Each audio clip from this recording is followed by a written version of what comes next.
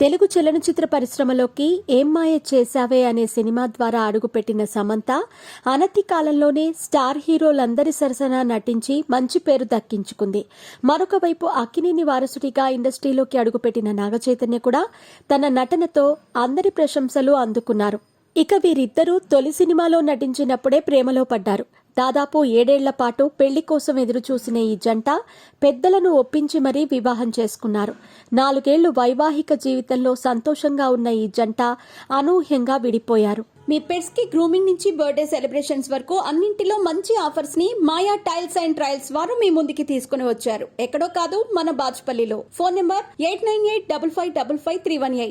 అయితే వీరిద్దరూ విడాకులు తీసుకోవటానికి గల కారణం మాత్రం ఎవరికీ తెలియలేదు.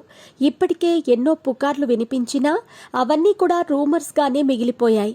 అయితే తాజాగా ఈ జంట విడిపోవటానికి కారణం నాగచైతన్య అలవాటే అంటూ ఒక వార్త హల్చల్ చేస్తోంది.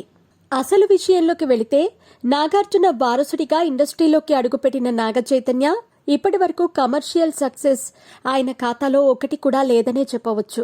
అలాగే వైవాహిక జీవితంలో కూడా ఆయన హ్యాండిల్ చేసుకోలేకపోయారు. అలా వ్యక్తిగతంగా వృత్తిపరంగా రెండింట్లో కూడా తడబడ్డారు నాగచైతన్య. ఇకపోతే నాగచైతన్య చాలా సైలెంట్ గా ఉంటాడు. తన బాధను ఎవరితోనూ పంచుకోరు, మనసులోనే బాధ పెట్టుకుంటారు.